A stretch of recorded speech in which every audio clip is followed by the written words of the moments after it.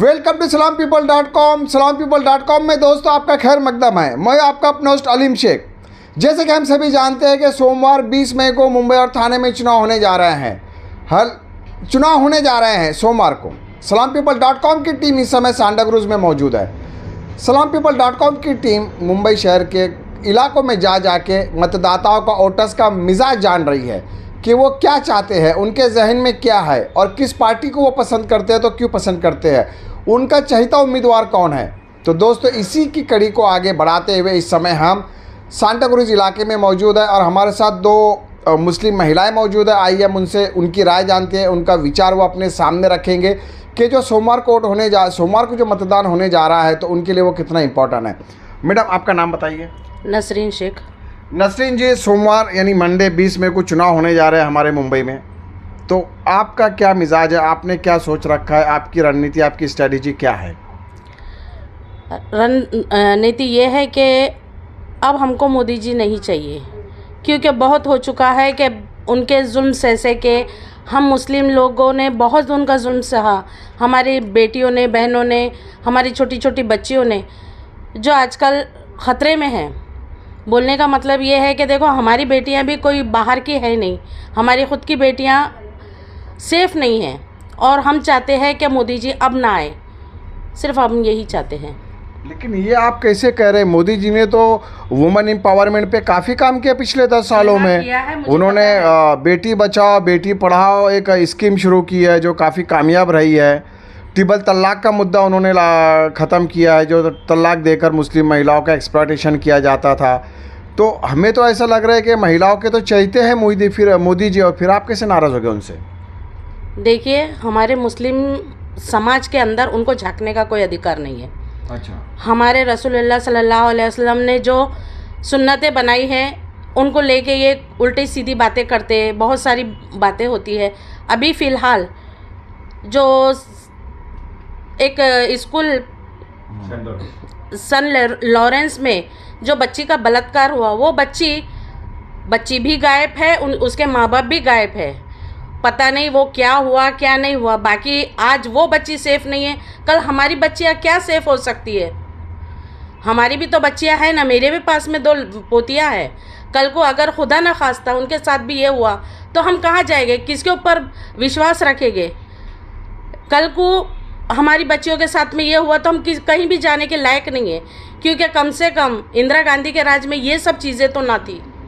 हम लोग सेफ थे, हमारा मुस्लिम समाज सेफ था बहुत, मतलब हम लोगों ने आज़ादी की ज़िंदगी जिए। बाकी हमारी अब जो ज़ात है या मुस्लिम समाज है, अब हमारा सेफ नहीं है। कभी भी बोलते हैं कि आधार कार्ड लाओ, पैन कार्ड लाओ, ये लाओ वो लाओ, वरना तुम्हारे को ये कर दिया जाएगा, हिंदुस्तान से हटा दिया जाएगा। तो हम कोई गैर मुल्क से तो नहीं आए हुए हैं ना।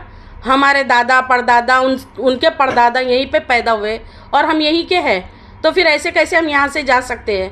और जाएंगे तो कहाँ जाएंगे? पहले उनसे ये सवाल कीजिए कि हम जाए तो कहाँ जाए। उन्होंने हमारे लिए कुछ बना रखा है कि पहले ये बताइए। आपका क्या कहना है? जी, जैसे इन्होंने बताया कि हमारे मुस्लिम्स के लिए मोदी जी ने किया, जैसे आपने बताया स्टार्ट के 5 साल 2014 से 19 तक जो उन्होंने किया बेस्ट किया। लेकिन ये लास्ट 5 इयर्स के अंदर जो प्रॉब्लम्स हुई है, पहले कांग्रेस के टाइम पे लेवल बहुत हाई था मुस्लिम्स में, जब भी फसाद हुए कोई मसला नहीं कि कभी वहाँ वो टाइम नहीं हुआ, उस टाइम हुआ, लेकिन वो एक कम्युनिटी के बीच में होता था, वहीं पर वो बात रुक जाती थी। अब पर्सनली लोगों ने लेना शुरू कर दिया उस चीज़ों को। ये कुछ लोगों के भाषणों की वजह से ऐसे हो गया कि आज अड़ोस पड़ोस में रहने वाला हिंदू मुस्लिम एक दूसरे में फ़र्क करने लगा। बच्चे के मुंह में ये चीज़ हो गई है कि ये हिंदू है ये मुस्लिम है, जो कि पहले नहीं था। कांग्रेस ने भी मुस्लिम्स के लिए कुछ इतना बेस्ट नहीं किया है जो हम कांग्रेस को फुल सपोर्ट करें। और अभी भी हम लोगों को इस बात की कोई गारंटी नहीं है कि आज ये जीतने के बाद में बीजेपी में ज्वाइन नहीं होंगे। हम लोग को इस पर कोई भरोसा नहीं, इसीलिए आज इलेक्शन से 3 दिन पहले तक मुस्लिम कन्फ्यूज़ है कि जाना किधर है। मुस्लिम कंफ्यूज है कि जाना किधर है। माहौल तो अभी ये बता रहा है कि मुस्लिम तो वन साइड इंडिया अलायंस का सपोर्ट कर रहा है। बिल्कुल नहीं, मुस्लिम्स अंदर से कंफ्यूज है, क्योंकि लास्ट मोमेंट पे आने के बाद में, अब जीतने के बाद में क्या गारंटी है कि मैडम वो साइड में नहीं जाएंगे, बीजेपी की साइड में। हुआ है ना, 2.5 साल की सरकार गिराई गई ना एमवीए की, इसके लिए। तो अभी जैसे अब आप दोनों महिलाएं हैं, यहाँ से जो उम्मीदवार है वो कांग्रेस पार्टी से आती है, वो भी एक महिला है, तो एक महिला और महिला को लेकर एक सॉफ्ट कॉर्नर होता ही है, वो साइकोलॉजिकली है। तो आपको क्या लग रहा है कि जो वर्षा जी यहाँ से आई है, तो क्या महिलाओं में उन्हें सपोर्ट मिल रहा है, महिलाएं उन्हें रिस्पांस दे रही है आपकी इस इलाके में? देखिए, अभी हमको हिंदुस्तान में रहना है तो हमको तो किसी ना किसी को सपोर्ट देना ही पड़ेगा, क्योंकि हमको ये मालूम है कि अगर हम वोट नहीं देते हैं तो फिर हमारी वोटिंग के थ्रू हमको दबाया जाएगा, धमकाया जाएगा, फिर कोई ना कोई कांड होगा और हमको निकाला जाएगा। तो फिर इसलिए तो हम लोगों को बोलते हैं ना कि ना चाहते हुए भी हमको वोट देना ही पड़ेगा, और दे तो किसको दे, हम खुद कंफ्यूज है। हम खुद कंफ्यूज है कि हम दे तो किसको दे, क्योंकि कोई हमारे तरफ से है ही नहीं। अगर हमारे तरफ से हमारे सपोर्ट में कोई खड़ा होता है, क्योंकि बार बार पार्टी बदलती है, कई कांग्रेस वाले शिवसेना में जाते, शिवसेना वाले बीजेपी में जाते, कोई इधर से जाते, कोई उधर से जाते। क्या भरोसा है कि कौन किसको क्या कर रहा है, वो हमको कोई भरोसा ही नहीं है। तो बस अंधे नगरी चौपट राज बोलते हैं ना जिसको, बस वो हो रहा है, हम सहन कर रहे हैं और हमारा अल्लाह हमारे साथ है। तो जो मंडे को वोटिंग होने जा रही है उसमें आप भाग लेंगे या नहीं? इंशाल्लाह लेना तो पड़ेगा, क्योंकि लेंगे नहीं तो जाएंगे कहाँ। हम तो वोट देंगे, देना तो है ही है, मगर एक डर डर के। अभी जो हमारी ज़िंदगी चल रही है ना, एक हम खुले ज़िंदगी जीते थे, आज़ाद ज़िंदगी जीते थे, मगर अब हम लोग खुद कंफ्यूज है। भले हम किसी को भी वोट दे, वोट का कोई मायने नहीं है, मगर कैसे डर के देना पड़ रहा। तो कौन डरा रहा है आप लोगों को? डरने का मतलब ये है कि भाई इन लोग तो एक एक कानून निकालते हैं। मोदी जी, तुम्हारे दादाओं के सबूत लाओ, तुम्हारे परदादाओं के सबूत लाओ। अब वो जो मर गए उनको भी कब्रिस्तान से उठा उठा के बेचारों को बोल रहे हैं कि भाई उनके थम दो वगैरह दो, नहीं तो उनके हड्डियों को जमा करके दो। तब कहाँ से लाए जो खाक राख हो चुके हैं। आप कह रही है कि 2014 और 19 के बीच में बीजेपी का कार्यकाल, पीएम मोदी जी का कार्यकाल ठीक रहा, अच्छा रहा। 19 में ऐसी क्या गलतियां हुई उनसे कि मुस्लिम समाज टोटली उनके खिलाफ हो गया? मुस्लिम समाज के जो शरीयत में दखल दिए उन्होंने, दूसरी चीज़ ओके, उन्होंने जो काम, उन्होंने नहीं बोले कि मुस्लिम ऐसे हैं, हिंदू ऐसे है, लेकिन जो नीचे है उनके, उन लोगों ने आम पब्लिक में इतनी एक दूसरे के अंदर नफरत डाल दी है कि नहीं बर्दाश्त कर पा रहे एक दूसरे को लोग। ऐसे हम लोगों को लगता है, लेकिन अड़ोस पड़ोस में भी लोगों में, बच्चों में, स्कूलों में बातें हो रही है अभी। ये सब जो चीज़ें सिर्फ बड़े लेवल तक थी, पार्टी में थी कि ये हिंदू पार्टी है, ये मुस्लिम पार्टी, आज स्कूल के बच्चों तक पहुंच गई वो चीज़। तो ये 5 सालों में ये काम किया है बीजेपी ने। जबकि 92 का ज़माना था, 92 के टाइम पे हिंदू मुस्लिम का झगड़ा हुआ, बहरहाल जो बोलते ना मस्जिद टूटी, मंदिर टूटी, जो भी हुआ वो वहाँ तक था। अब तो हमारे घर के अंदर आ गया। आज हमारे बाजू के बच्चे भी खेलते हैं तो हमारे साथ में मत खेलो क्योंकि तुम हिंदू है, हमारे साथ में मत खेलो क्योंकि तुम मुस्लिम है। एक वक्त था जब हम लोगों को खुद को मालूम नहीं था हम हिंदू है या मुस्लिम। हम एक साथ चलते थे, एक बर्तन में खाते थे, एक जगह सोते थे, एक जगह रहते थे। तो हम उनको बाप भाई बोलते थे, वो हमको माँ बहनें बोलते थे।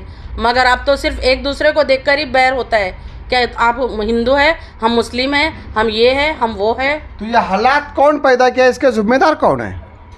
ये जो नीचे, मतलब मोदी जी तो नहीं कर सकते, जो हाँ। इनके नीचे वाले हैं ना, तो इन लोगों को कोई मुद्दा तो मिलता है नहीं कि किस मुद्दे पे हम लड़ाए। तो बस यही मुद्दा उठाते, भाई आप हिंदू है आप लड़ो, आप मुस्लिम है, हमने मस्जिद बनाए, हमने मंदिर बनाए, मस्जिद वहाँ बनी, मंदिर वहाँ बनी, वो जाने हम बम्बई में बैठ के क्या कर रहे हैं। तो अभी आप लोगों का स्टैंड क्या है? अभी स्टैंड ये है कि हम लोगों को श्योरिटी नहीं है किसी पे भी कि कौन क्या करने वाला है। लास्ट मोमेंट पे चेंज कर देते कुछ भी लोग। यानी आपको ना अभी कांग्रेस पे विश्वास है ना बीजेपी पे विश्वास है? बिल्कुल नहीं, दोनों पे पार्टी पे भी, विश्वास दोनों पे नहीं। भी नहीं। बीजेपी पे इसलिए विश्वास है कि वो इनको ले ही लेंगे साथ में। अच्छा, जो जीत के जाएंगे। बीजेपी पे इतना कॉन्फिडेंस है कि वो किसी को भी अपनी साइड खींच सकते हैं। कॉन्फिडेंस हमारा हिला हुआ है कांग्रेस के ऊपर से। आपका भी कांग्रेस के उस पे जी, कांग्रेस पे मतलब विश्वास नहीं रहा? अभी किसी पे भी विश्वास नहीं रहा, ना कांग्रेस पे रहा, ना बीजेपी पे रहा, क्योंकि रात में पलटी हो जाते हैं इन लोग। बीजेपी का स्टैंड क्लियर है एकदम कि वो अपने 80 और 20 वाले लेवल पे ही चल रहे हैं, लेकिन यहाँ जिन्होंने हम लोगों का हाथ पकड़ने का दावा किया था वो लोग तो नहीं है ना हमारे साथ, कांग्रेस वाले। उन लोगों ने हमारा हाथ पकड़ने का दावा किया, किधर है? हम लोगों को तो, उन वर्षा मैडम को तो ये एरिया पता भी नहीं है शायद कि यहाँ पर कितनी प्रॉब्लम्स है। जी। वो आए कभी यहाँ पे नहीं, इतने दिनों में चुनाव कल प्रचार यहाँ चुनाव आए सब? थे, बस वो बाहर से बाहर ही गए, उनको यहाँ जो अंदर प्रॉब्लम्स कुछ भी नहीं पता, कुछ बात नहीं, कोई इंटरेक्शन नहीं, कुछ भी नहीं। तो आपने ये तय किया है कि अभी आप कंफ्यूज्ड है और आपका बीजेपी और कांग्रेस दोनों ही पार्टियों पे से विश्वास उठ चुका है। आपका जी विश्वास बिल्कुल। और आप अपनी सेफ्टी चाहते हैं। जी हाँ। जी जी बिल्कुल, सेफ्टी फर्स्ट। Safety first. दोस्तों ये थे दो महिलाएं जो कि मुस्लिम समाज से आते हैं, इन्होंने अपने विचार व्यक्त किए हैं, इनका दिल का दर्द इन्होंने बताया है और किस तरह ये कन्फ्यूजन की स्थिति में है। इनका भी यही कहना है कि अगर वो कांग्रेस के उम्मीदवार को भी वोट देते हैं तो उसका भरोसा नहीं कि कब वो बीजेपी में चले जाए। और जहाँ तक बीजेपी के विरोध की बात है तो इसका भी कारण इन्होंने बताया। अब देखना ये है कि इन सभी मुस्लिम महिलाएं हैं, इनके विरोध का या इनके इस विचार का आने वाले दिनों में चुनाव पर क्या असर होता है और ऊँट किस करवट बदलता है, ये देखना अभी बाकी है। तो दोस्तों आज और अभी के लिए salampeople.com में इतना ही। मुझे और मेरी टीम को दीजिए इजाज़त और आप बने रहिए salampeople.com के साथ। Thank you very much.